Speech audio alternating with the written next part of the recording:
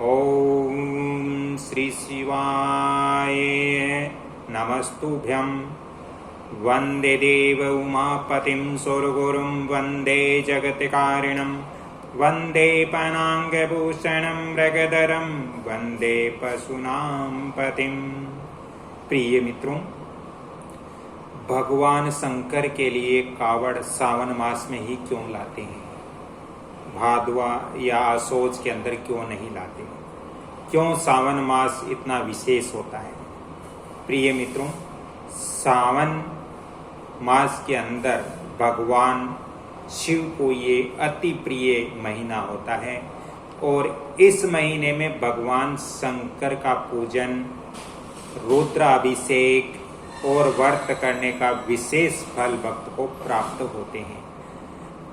पौराणिक मान्यता के अनुसार दोस्तों, ऐसा माना जाता है कि जब समुद्र मंथन हुआ था उस समय सावन मास ही था और सावन के महीने में ही समुद्र मंथन हुआ था, जिसमें हलाहल विष निकला था और उस विष को भगवान शंकर ने स्वयं पी लिया था और धरती की रक्षा के लिए भगवान शंकर ने वो विष स्वयं पिया था। दोस्तों, उस समय सभी देवता थे, उन्होंने गंगा जल लाकर शिव जी को अर्पित किया, यानी शिव जी को गंगा जल चढ़ाया, जिससे उनका विष है वो शांत हुआ। दोस्तों, कावड़ यात्री इसी परंपरा को आज तक निभाते हैं। कावड़िए हैं जो भक्त हैं वो हरिद्वार, गंगोत्री, गौमुख या अन्य पवित्र स्थलों से गंगा जल लेकर आते हैं और भगवान शिवलिंग का अभिषेक करते हैं।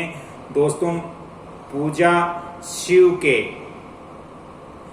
के कंठ में बसे हुए विष को शांत करने के लिए और लोक कल्याण के लिए ही कावड़ लाई जाती है और शिवलिंग पर कावड़ चढ़ाई जाती है। जो जल होता है वो चढ़ाया जाता है।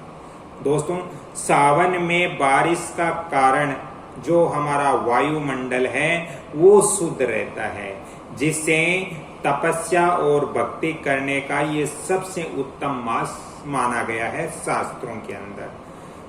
मित्रों, भक्त पूरे रास्ते जो कावड़ लाते हैं, आपने देखा होगा जो भक्त कावड़ लेके आते हैं वो पूरे रास्ते में अन्न, जल और नींद का त्याग करते हुए, भगवान की तपस्या करते हुए वो कावड़ का व्रत करते हैं।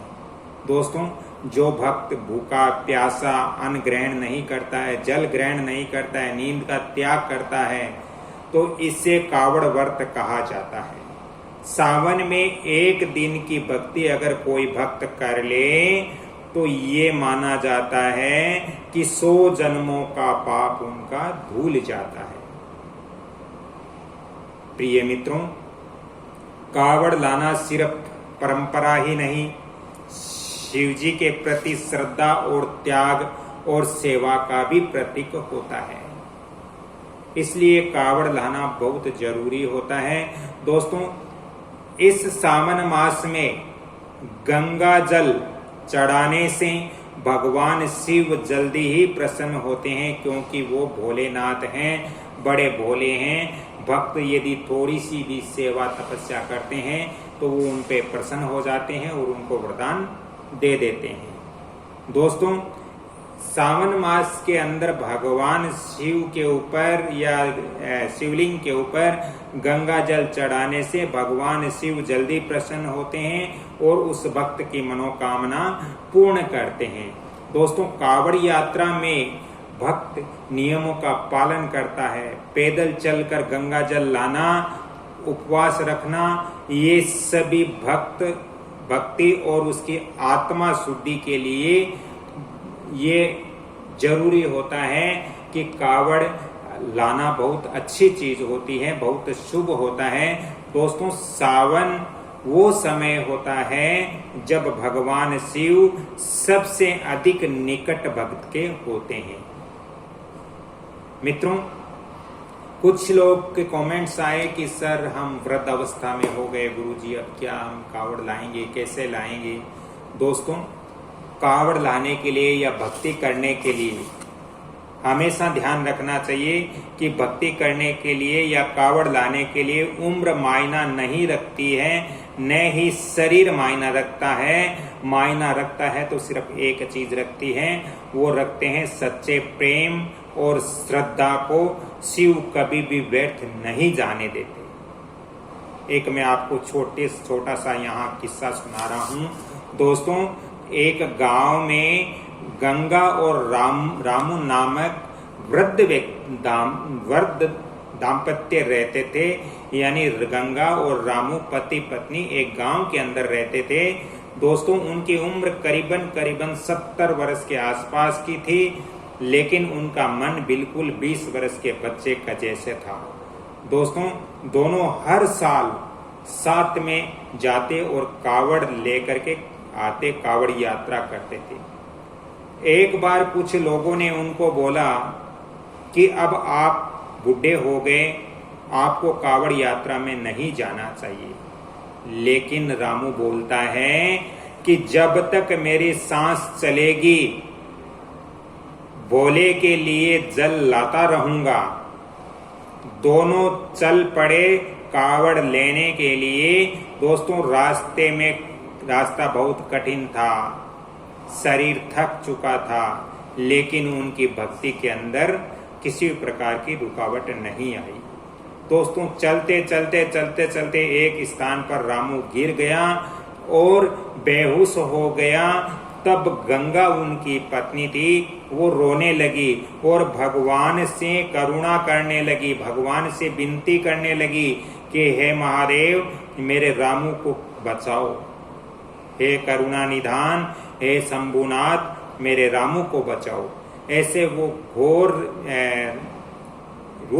रुद्र करने लगी, वो बहुत ही ज्यादा रोने लगी। तभी दोस्तों, वहां पर एक युवक आया। युवक आता है, उसने रामू को जल दिया और उसे उठाया और कहा, गंगा से कहा कि हे माँ, तुम्हारा रामू अब ठीक है, इसकी भक्ति में शक्ति है, इसलिए ये ठीक हो गया। जब रामू और गंगा जल लेकर चले, भगवान के धाम पहुंचे और उन्होंने जल अर्पित किया। बाद में जब वो रामू और गंगा उस युवक को देखने लगे, खोजने लगे, तो वो युवक था वहां पर नहीं था। मंदिर के पुजारी तुरंत समझ गए और उन्होंने कहा कि वो युवक नहीं था, वो स्वयं भोलेनाथ थे, स्वयं शंकर थे।